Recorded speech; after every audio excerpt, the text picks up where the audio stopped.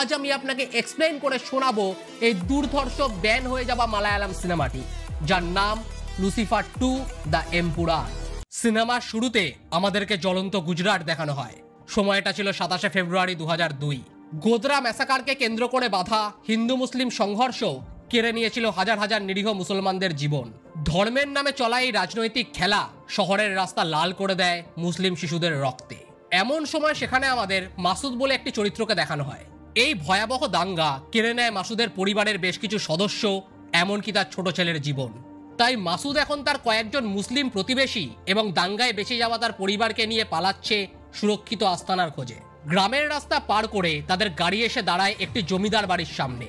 সেই সময় এই অঞ্চলের জমিদার ছিলেন একজন হিন্দু ভদ্র মহিলা, যাকে তার প্রজারা ভালোবেসে মাসি বলে ডাকত। মাসুদ খুব ভালোভাবেই জানে এই পরিস্থিতিতে তাদের শেল্টার দিতে একমাত্র মাসিই পারে। মাসুদ তার পরিবার প্রতিবেশীদের নিয়ে মাসির সামনে এসে দাঁড়ায়। মাসির কাছে সে হাতজোড় করে আশ্রয় ভিক্ষা চায়। কিন্তু মাসুদ কি জানতো এই আশ্রয় ভিক্ষা চাওয়াই তার কাছে কাল হয়ে দাঁড়াবে?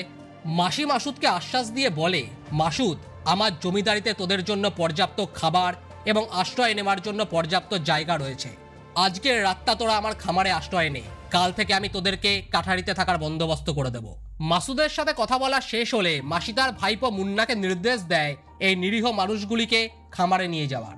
মুন্না মাসির কথায় রাজি হলেও তার চোখে আমরা লোভ ও হিংসার আগুন জ্বলতে দেখতে পাই। বাদ বাকি সকলকে নিয়ে সে খামারের দিকে যেতে থাকে। মাসুদকে ডেকে মাসি একটা খুবই গুরুত্বপূর্ণ কথা বলেন। তিনি বলেন, মাসুদ, তোর ছেলে মেয়ে বড় হলে তাদের তুই শেখাস না হিন্দু খারাপ হয় আর না মুসলমান খারাপ হয়, খারাপ মানুষের মানসিকতা হয়।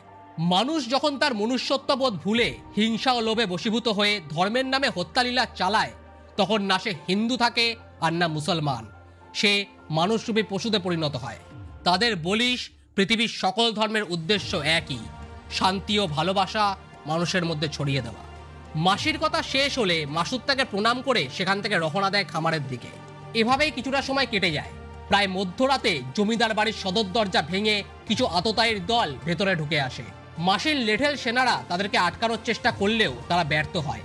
এই দৃশ্য থেকে আমরা বুঝতে পারি এই আততায়ীগুলো হিন্দুত্বের চোলা জড়ানো নরপিশাচের দল, যারা নিরীহ মুসলমান মানুষগুলিকে হত্যা করতে এখানে এসেছে। এবার তাদের লিডার সামনে এসে দাঁড়ায়, তার নাম বজরঙ্গী। এই বজরঙ্গী আসলে মাসির নিজের ভাইপো আর মুন্না তার ছোট ভাই। মুন্নাই তাকে খবর দিয়েছে এই মুসলমান মানুষগুলোর উপস্থিতির। বজরঙ্গী মাসির সামনে এসে দাঁড়ায়। মাসি তাকে বলে, বজরঙ্গী, তুই ধর্ম আর রাজনীতির স্বার্থে অন্ধ হয়ে গেছিস। তুই দেখতে পারছিস না এই নিরীহ মানুষগুলোর কষ্ট? তুই এদেরকে মারতে চেয়ে পাপ করছিস। মাসির এই কথা শুনে বজরঙ্গী তার হাতে ধরা বন্দুকটা দিয়ে ঠিক মাসির কপালে গুলি করে। সে বলে, পাপ তো তুই করছিলি মাসি, এই গরু খেকো মুসলমানের বাচ্চাগুলোকে জায়গা দিয়ে। এবার তুইও এদের সাথে নরকে যাবি। এই বলে সে মাসির মৃতদেহের ওপর থুতু ফেলে এবং মুন্নাকে নিয়ে খামারের দিকে চলে যায়। এতক্ষণ ধরে মাসুদ জানলার ফাঁক দিয়ে সমস্ত ঘটনা দেখছিল। সে বুঝে গেছে তাদের অদৃষ্টে আজ কি লেখা আছে। মাসুদ তার বাচ্চা মেয়েটিকে তার বড় ছেলেটির হাতে তুলে দেয়। তারপর বলে, আজ এখানে যাই ঘটুক না কেন, তোকে তোর বোনকে নিয়ে এখান থেকে পালাতে হবে। আজ থেকে তোর বোনের সমস্ত দায়িত্ব আমি তোকে দিলাম। বজরঙ্গী এবার তার দলবল নিয়ে খামারের ভেতর ঢোকে। সে নিরীহ মানুষগুলির সামনে গিয়ে দাঁড়ায়। তারা হাত জোড় করে বজরঙ্গীর কাছে প্রাণ ভিক্ষা চায়। বজরঙ্গী শোনে না তাদের কথা। সে এবং তার দলবল নিরীহ মানুষগুলিকে কুকুর ছাগলের মতো হত্যা করে। সেখানে মাসুদের বড় মেয়ে উপস্থিত ছিল। সে ছিল গর্ভবতী। জমিদার বাড়িতে প্রবেশ করা মাত্রই মুন্নার কুনজর তার উপর পড়েছিল। মুন্না এবার আরো দুজন আততায়ীকে নিয়ে মাসুদের মেয়েকে জাপটে ধরে এবং তাকে সামনে রাখা একটা টেবিলের ওপর নিয়ে গিয়ে ফেলে। তারপর তারা দুজন শক্ত করে তার হাত পা চেপে ধরে এবং মুন্না সেই মেয়েটির সম্মান নষ্ট করে। এই নৃশংসতা সহ্য করতে না পেরে সেই গর্ভবতী মেয়েটি টেবিলের ওপরেই মারা যায়। এই নারকীয় হত্যালীলা এতটাই মর্মান্তিক যা দেখলে আপনিও কাঁদতে বাধ্য হবেন, সে আপনি মুসলিমই হন অথবা হিন্দু। মাসুদের বাচ্চা ছেলেটি তার ছোট বোনটিকে কোলে নিয়ে আলমারির ভেতর থেকে সম্পূর্ণ ঘটনাটি দেখছিল। সে ভালো করেই জানে আজ যদি কোনোভাবে সে তাদের হাতে ধরা পড়ে যায় তাহলে তার সাথে তার ছোট বোনটিকেও তারা মেরে ফেলবে। সকলকে মারার পর বজরঙ্গী এবং তার দল সেই খামারটিতে আগুন লাগিয়ে দেয়। বাচ্চা ছেলেটি তার বোনটিকে নিয়ে পেছনের রাস্তা দিয়ে পালায়। কিছু দূর গেলে সে দেখতে পায় তার ছোট বোনটিও তার কোলের মধ্যেই দম ত্যাগ করেছে। আজ সেই ছেলেটার পুরো পরিবার তার চোখের সামনেই শেষ হয়ে গেল। সে বোঝে না ধর্মের নামে হওয়া এই হত্যালীলার আসল উদ্দেশ্য কি। আজকে রাতের এই ঘটনাটিও মুসলিমদের ওপর হওয়া অন্যান্য অত্যাচারের মতোই ইতিহাসের কোনায় হারিয়ে যায়। শুধু সাক্ষী থেকে যায় সেই নিশীথ রাত এবং সেই বাচ্চা ছেলেটি। ভিডিওটা এগিয়ে নিয়ে যাওয়ার আগে বলি, এই ধরনের সত্যতা তুলে ধরতে দম লাগে, যা সিনেমার মেকারদের মধ্যেও আছে আর আমার মধ্যেও আছে। তাই আপনার কাছে আমার একান্ত অনুরোধ, এই ভিডিওটাতে আগে যা যা ঘটবে তা জানার জন্য অবশ্যই চ্যানেলটিকে সাবস্ক্রাইব করে দিন, এবং যদি তা নাও করেন অন্তত ভিডিওটাতে একটা লাইক দিয়ে দিন, যাতে এই ধরনের ভিডিও বেশি থেকে বেশি মানুষ অবধি পৌঁছাতে পারে। আর হ্যাঁ, আপনার মনে যদি কোনো বক্তব্য থাকে আমাকে কমেন্ট সেকশনে জানাতে ভুলবেন না কিন্তু। তো চলুন এগোনো যাক। তো এবার সিন প্রেজেন্ট টাইম লাইনে শিফট হয়। এখানে আমরা একটা ধ্বংস হয়ে যাওয়া শহর দেখতে পাই। ব্রিটিশ ইন্টেলিজেন্স ডিপার্টমেন্ট MI6 এর কাছে ইনফরমেশন রয়েছে আজকে এই আস্তানায় দুটি মাফিয়া সংগঠনের মধ্যে বৈঠক হচ্ছে।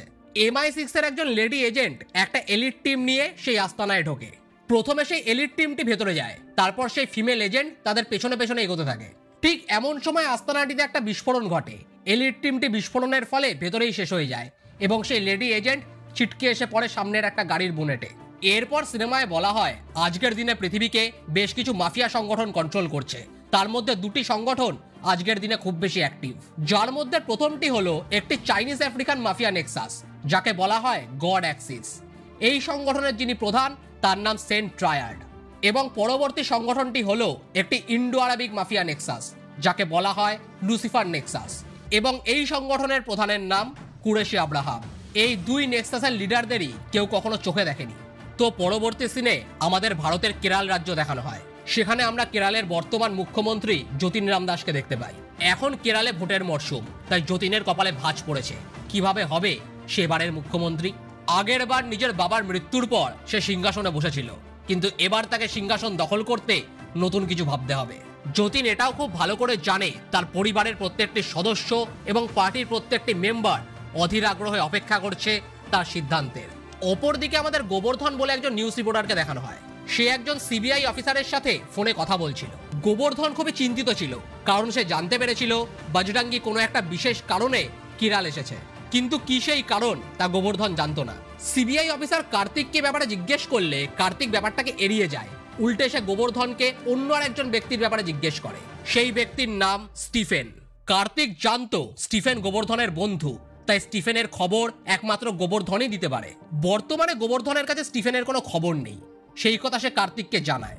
কার্তিক আর কিছু জিজ্ঞেস করে না, সে খালি বলে আমি দেখছি সোর্স লাগিয়ে বজরঙ্গীর আসার কারণ জানতে পারি কিনা। আচ্ছা, আপনাকে আমি বজরঙ্গীর ব্যাপারে তো বললাম, এবার একটু স্টিফেনের ব্যাপারে বলি। স্টিফেন হলো কেরলের প্রাক্তন মুখ্যমন্ত্রী PK রামদাসের সৎ ছেলে। PK রামদাসকে ষড়যন্ত্র করে হত্যা করে তার জামাই কেরলের সিংহাসন দখল করতে চেয়েছিল, যাতে সে নিজের ড্রাগসের বিজনেস ইউথের মধ্যে ছড়িয়ে দিতে পারে। কিন্তু তার পথের সবথেকে বড় বাধা হয়ে দাঁড়ায় স্টিফেন। সে তার জামাতাকে মেরে PK রামদাসের নিজের ছেলে যতীন রামদাসকে সেই সিংহাসনে বসায় কেরলের উজ্জ্বল ভবিষ্যতের জন্য। কিন্তু ওই যে কথায় আছে না, আপনি যতই সৎ উদ্দেশ্য নিয়ে পলিটিক্সে আসুন না কেন, পলিটিক্স জিনিসটাই এমন আপনাকে সে অসৎ বানাবেই। এই কথাটা কেন বললাম তার কারণটা আপনি একটু বাদেই জানতে পারবেন। আর হ্যাঁ, এই স্টিফেনেরও আরেকটি পরিচয় রয়েছে যা সে পুরো দুনিয়ার থেকে লুকিয়ে রেখেছে। সেই পরিচয়টি কি তাও আপনি আগে জানতে পারবেন। তো এরপর আমরা যতীন রামদাসকে ভোটের প্রচারে দেখতে পাই। সে মঞ্চে দাঁড়িয়ে একটা খুবই গুরুত্বপূর্ণ সিদ্ধান্ত নেয়। প্রথমত যতীন বলে আমাকে রাজ্যের উন্নতির জন্য যদি কোনো সিদ্ধান্ত নিতে হয় সেক্ষেত্রে দলের অন্যান্য মেম্বারদের অনুমতির দরকার পড়ে, আর এই ব্যাপারটা আমার একদমই পছন্দ নয়। তাই আমি দল ত্যাগ করছি এবং একজন ইন্ডিপেন্ডেন্ট ক্যান্ডিডেট হিসেবে বিরোধী দলের তরফ থেকে দাঁড়াচ্ছি। আশা করি এবার থেকে আমি আমার সকল সিদ্ধান্ত স্বাধীনভাবে নিতে পারবো। যতীন রামদাসের এই কথায় রাজ্যবাসী সহ তার দলের অন্যান্য মেম্বাররাও খুব চমকে যায়। যদিও রাজ্যবাসী ব্যাপারটাকে খুব সহজভাবেই গ্রহণ করে, কারণ যতীন রামদাস তাদের কাছে আজও একজন সৎ মুখ্যমন্ত্রী। কিন্তু সমস্যাটা শুরু হয় ঠিক এর পর থেকে। যতীন এবার যে ঘোষণাটা করে তা কেরলের রাজনীতিতে সাড়া ফেলে দেয়। সে বলে আজ আমি এই মঞ্চে এমন একজনকে ডাকছি যিনি শুধুমাত্র আমার বন্ধুই নন, তার পাশাপাশি আমার রাজনৈতিক উপদেষ্টাও। এমন সময় আকাশ থেকে একটি হেলিকপ্টার নেমে আসে। সেই হেলিকপ্টারের ভেতর থেকে একজন ব্যক্তি বেরিয়ে আসে। সেই ব্যক্তি আর কেউ নয়, সে হলো বজরঙ্গী। বজরঙ্গী স্টেজে উঠে যতীনকে জড়িয়ে ধরে। যতীন বলে আজ থেকে আমি এবং আমার বন্ধু মিলে এবারের ভোটে লড়বো এবং কেরলের ভবিষ্যৎকে আরো প্রগতির দিকে নিয়ে যাব। হঠাৎ করে যতীন রামদাসের এমন সিদ্ধান্ত নেওয়ার কারণ কি তা কেউ বুঝে উঠতে পারে না, শুধুমাত্র একজন ছাড়া। অপরদিকে আমরা গোবর্ধনকে দেখতে পাই। সে কিছুটা আঁচ করতে পেরেছিল যতীনের উদ্দেশ্য, তাই গোবর্ধন তার ইউটিউব চ্যানেলে একটা ভিডিও পোস্ট করে। সেখানে সে বলে, আজ ভারতীয় রাজনীতিতে যে মানুষটার থাকার কোনো অধিকার নেই, সে কেরালে কি করছে? কি চায় যতীন রামদাস, যার জন্য সে বজরঙ্গীর মতো মানুষকে কেরালে এনেছে? যতীন, যাকে আমরা একটা সময় সৎ ব্যক্তি হিসেবে আমাদের মুখ্যমন্ত্রী বানিয়েছিলাম, ক্ষমতার লোভে সেও আজ সম্পূর্ণ কারাপ্ট হয়ে গেছে। আজ সে বজরঙ্গীর সাথে প্ল্যান করে এমন কিছু একটা করতে চায় যা পুরো রাজ্যের বুকে অন্ধকার নামিয়ে আনবে। আর এই অন্ধকার থেকে একজন ব্যক্তি আমাদেরকে বার করে আনতে পারে, সে হলো স্টিফেন। স্টিফেন, তুমি কোথায় আছো আমি জানি না, কিন্তু আমার এই ভিডিও যদি তোমার অবধি পৌঁছায়, তুমি অবশ্যই কেরাল আসো এবং বাঁচিয়ে নাও তোমার রাজ্যকে, ঈশ্বরের রাজ্যকে। যদিও আমরা যতীন রামদাসের আসল উদ্দেশ্য সম্পর্কে এখনো কিছু জানতে পারিনি, তবে তা আরেকটু এগিয়ে জানতে পারবো। পরবর্তী সিনে আমরা MI6 এর হেডকোয়ার্টার দেখতে পাই।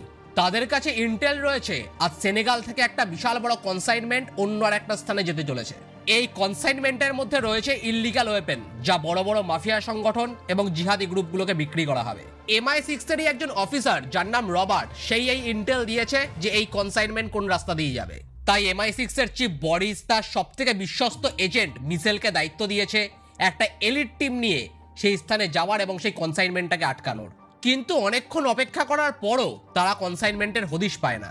আসলে MI6 এর এজেন্ট রবার্ট একজন ডবল এজেন্ট, যে সরকারের হয়েও কাজ করে আবার মাফিয়া সংগঠনগুলোর হয়েও কাজ করে।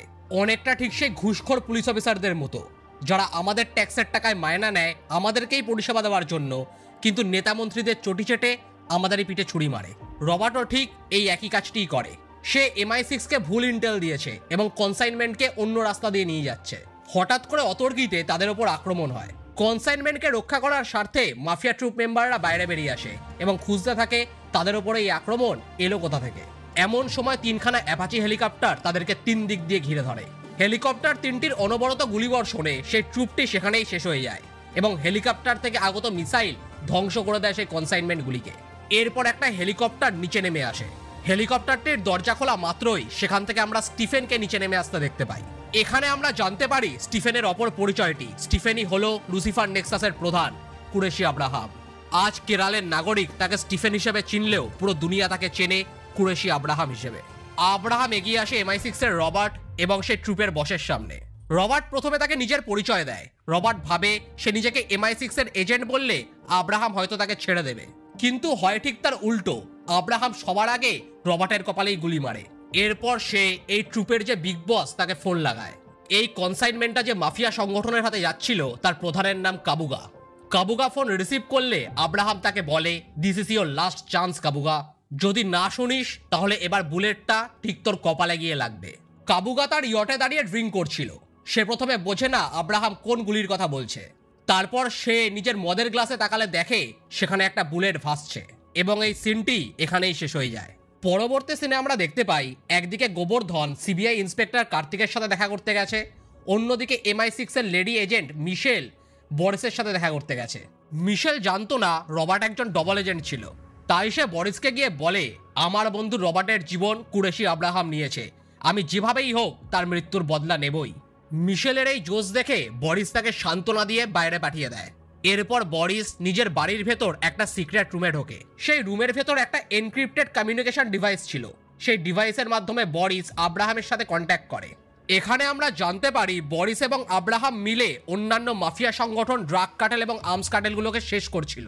বাইরে তারা একে অপরের শত্রু, কিন্তু ভেতরে ভেতরে পরম বন্ধু। বরিস আব্রাহামকে জিজ্ঞেস করে, আব্রাহাম তোমার নেক্সট প্ল্যান কি? সে উত্তর দেয়, জাস্ট ওয়েট অ্যান্ড ওয়াচ। অপরদিকে কার্তিক গোবর্ধনকে আব্রাহাম কুরেশি গ্যাংয়ের ব্যাপারে বলে। কার্তিকের মনে হয় আব্রাহাম কুরেশি গ্যাংয়ের সাথে স্টিফেনের কোনো যোগাযোগ থাকলেও থাকতে পারে। কার্তিকের কাছে একটা এনক্রিপ্টেড ফাইল রয়েছে যার মধ্যে আব্রাহাম সম্পর্কিত কিছু ইনফরমেশন রয়েছে। কার্তিক সেই ফাইলটা গোবর্ধনকে দেয় এবং বলে, এই ফাইলটা চেক করে দেখো এর মধ্যে তুমি স্টিফেনের কোনো হদিশ পাও কিনা।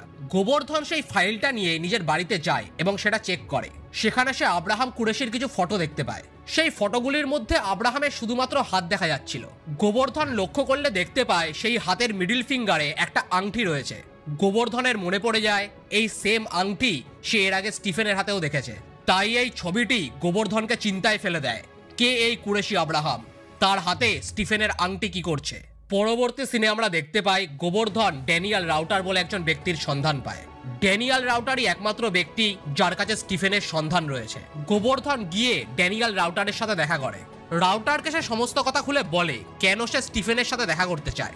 রাউটারের একজন শাগরেদ পেছন থেকে এসে গোবর্ধনের শরীরে ড্রাগ ইনজেক্ট করে দেয়, যার ফলে গোবর্ধন সেখানেই অজ্ঞান হয়ে পড়ে। তাকে তারা নিয়ে যায় স্টিফেন অবধি। প্রায় 5 বছর বাদে গোবর্ধন তার বন্ধু স্টিফেনের মুখোমুখি গিয়ে দাঁড়িয়েছে। স্টিফেনকে সে যতীনের কুকীর্তির কথা বলতে গেলে স্টিফেন তাকে থামিয়ে দিয়ে বলে, আমি জানি তুমি আমাকে কি বলতে এসছো। তুমি এটাই বলতে চাও না যে যতীন রামদাস পুরোপুরি কারাপ্ট হয়ে গেছে? গোবর্ধন তার কথায় সম্মতি জানায়। স্টিফেন আরো বলে, আজ যতীন রামদাস আর বজরঙ্গী মিলে কেরালকে ভেতরে ভেতরে খোকলা করে দিতে চায়। তুমি যদি তা আটকাতে চাও তাহলে আমি যা যা বলবো তোমাকে তাই তাই করতে হবে।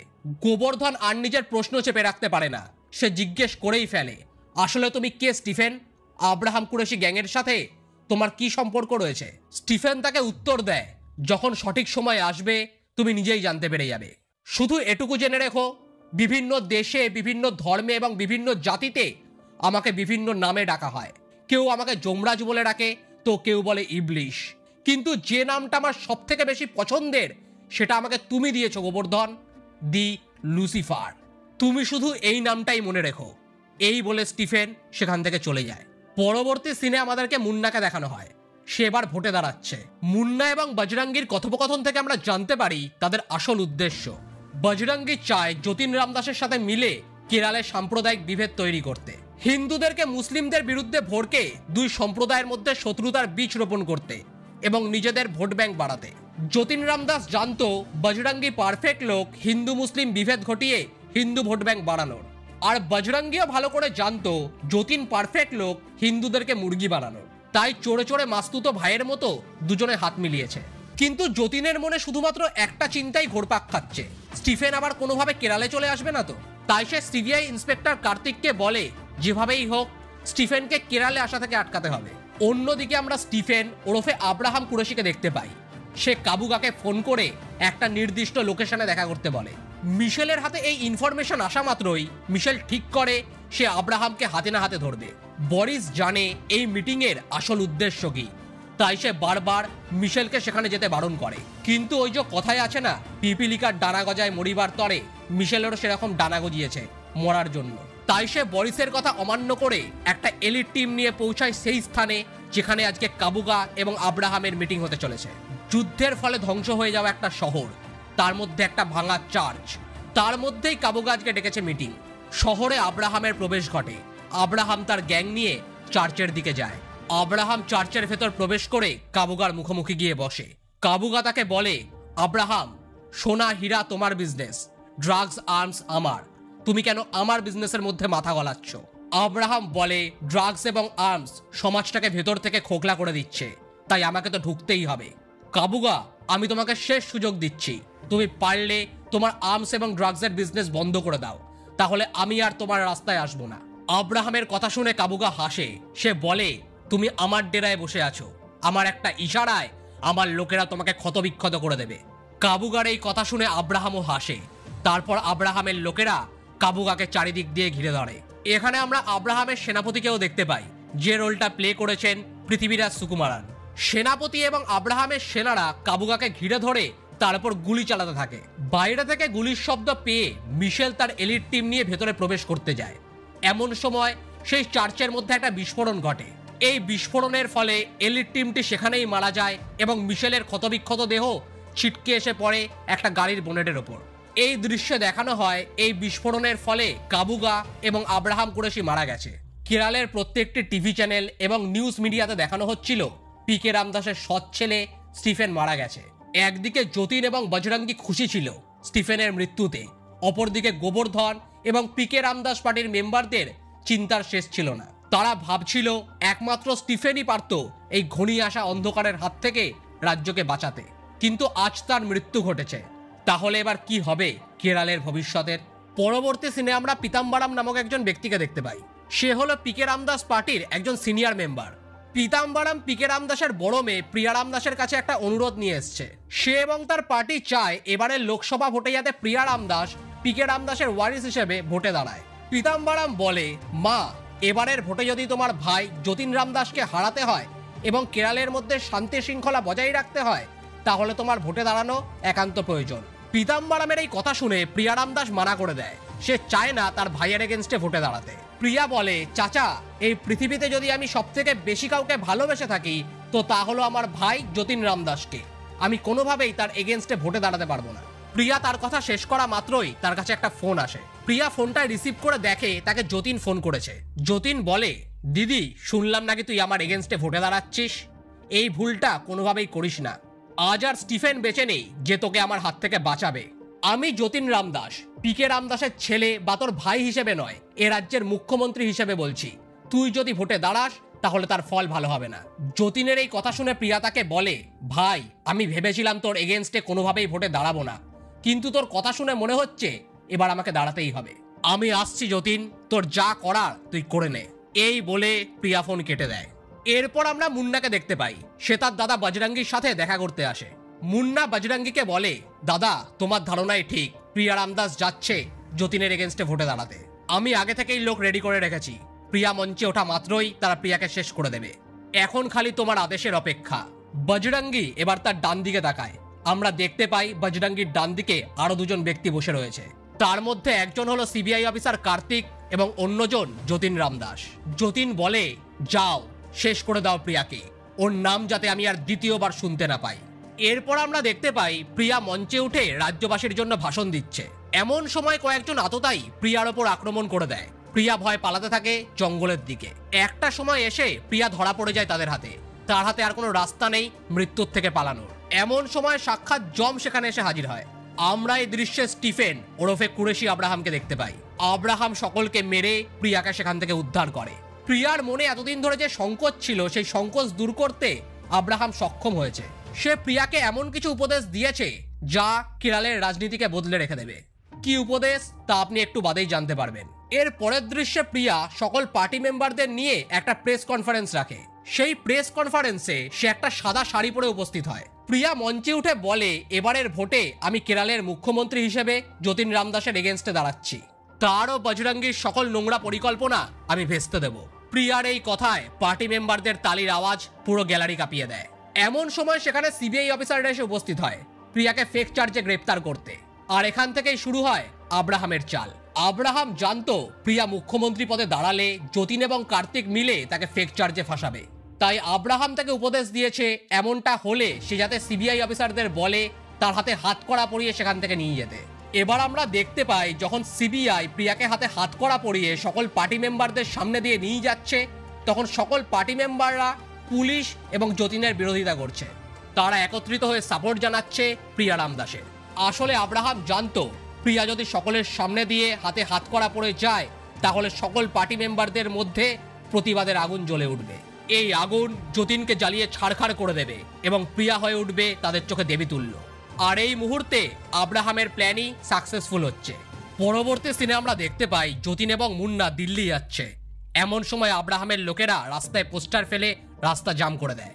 তারা সকল বডিগার্ডকে মেরে মুন্না এবং যতীনকে নিয়ে যায় আব্রাহামের ডেরায়। আব্রাহাম ডেরায় এসে ঢোকে। যতীন হাত পা বাঁধা অবস্থায় একটা অন্ধকার ঘরের মধ্যে বন্দী ছিল। আব্রাহাম যতীনের মুখোমুখি এসে বসে। আব্রাহাম যতীনকে বলে, ভাই, বাবার মৃত্যুর পর আমি তোকে রাজ্যের মুখ্যমন্ত্রী বানিয়েছিলাম কেরলের উন্নতির জন্য, আর আজ তুই সম্পূর্ণ কারাপ্ট হয়ে কেরলকে বজরঙ্গীর মতো মানুষের হাতে বেচে দিচ্ছিস। আমি তোর থেকে এটা কখনো আশা করিনি।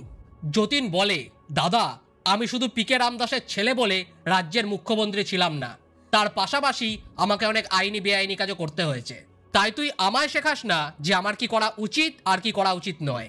খালি একটা কথা মাথায় রাখিস, আজ তোকে বাঁচানোর জন্য পিকে রাম দাস বেঁচে নেই। যতীনের এই কথা শুনে আব্রাহাম শুধু হাসে, সে কোনো উত্তর দেয় না। পরবর্তী সিনে বজরঙ্গীর কাছে একটা ফোন আসে। সেই ফোনটা রিসিভ করে বজরঙ্গী জানতে পারে ওপার থেকে স্টিফেন কথা বলছে। বজরঙ্গী স্টিফেনকে তার ভাইয়ের কথা জিজ্ঞেস করলে স্টিফেন বজরঙ্গীকে বলে, আমি তোকে একটা অ্যাড্রেস দিচ্ছি, সেই অ্যাড্রেসে চলে আয়, তোর ভাইকে এসে নিয়ে যা। এরপর বজরঙ্গী দলবল নিয়ে সেই স্থানে এসে উপস্থিত হয়। সেখানে আব্রাহাম এবং তার সেনাপতি উপস্থিত রয়েছে। এখান থেকে আমরা জানতে পারি আব্রাহামের সেনাপতি হলো সেই বাচ্চা ছেলেটি যার পরিবারকে বজরঙ্গী সিনেমার শুরুতেই খতম করে দিয়েছিল। এত বছরের প্রতিশোধ শেষমেশ সে নিয়ে ফেলে বজরঙ্গী এবং তার ভাই মুন্নাকে হত্যা করে। বজরঙ্গীর বিনাশ ঘটলে আব্রাহাম এবং তার সেনাপতি যতীনকে একটা শিপের মধ্যে নিয়ে যায়। আব্রাহাম যতীনকে ভালো করে বোঝায় আব্রাহাম যতীনকে বলে, দেখ যতীন, তোকে আমি লাস্ট চান্স দিচ্ছি, তুই যদি নিজেকে শোধরাতে চাস তাহলে এই পাপের রাজনীতি ছেড়ে পিকে রামদাসের পথ অনুসরণ কর, অথবা পলিটিক্স থেকে পুরোপুরি রিটায়ারমেন্ট নিয়ে নে। এবার তোর বড় ভাই হিসেবে আমি তোকে ছেড়ে দিচ্ছি, কিন্তু যদি আমি জানতে পারি তুই আবার কেরালের মানুষদের সাথে বেইমানি করছিস তাহলে তোকে আমি আর জ্যান্ত ছাড়বো না। এই বলে সে যতীনকে একটা হেলিকপ্টারে বসিয়ে সেখান থেকে মুক্ত করে। ঠিক এমন সময় আব্রাহামের কাছে একটা ফোন আসে। সেই ফোনটা রিসিভ করলে ওপার থেকে একটা চাইনিজ ব্যক্তির গলা ভেসে আসে। সেই চাইনিজ ব্যক্তির হাতে একটা বন্দুক ধরা এবং তার সামনে হাঁটু গেড়ে বসে রয়েছে MI6 এর চিফ বরিস। ব্যক্তিটি আব্রাহামকে ফোন করে বলে, আমি সেন্ট্রায়ার্ডের মেম্বার ফ্রম গড অ্যাক্সিস। আমি জানতে পেরেছি তুমি আমাদের ডবল এজেন্ট রবার্ট এবং বন্ধু কাবুগাকে মেরেছো, তাই আজ তাদের বদলা নিতে আমি তোমাকে ফোন করেছি। এজেন্টের বদলে এজেন্ট এবং ভাইয়ের বদলে ভাই। এই বলে সে বরিসের মাথায় একটা গুলি করে। অপর প্রান্তে আমরা দেখতে পাই যতীনের হেলিকপ্টারে বিস্ফোরণ ঘটেছে। যতীন সেই বিস্ফোরণের ফলে মারা গেছে এবং সিনেমাটি এখানেই শেষ হয়ে যায়। এই সিনেমার পরের পার্টে আমরা গড অ্যাক্সিস এবং লুসিফার নেক্সাসের মধ্যে একটা টাসল দেখতে পাবো। আপনার কাছে আমার অনুরোধ, ভিডিওটা ভালো লাগলে অবশ্যই চ্যানেলটাকে সাবস্ক্রাইব করে দেবেন এবং ভিডিওটাতে একটা লাইক দিয়ে দেবেন। আর আপনার যা বক্তব্য আমাকে কমেন্ট সেকশনে জানাতে ভুলবেন না কিন্তু।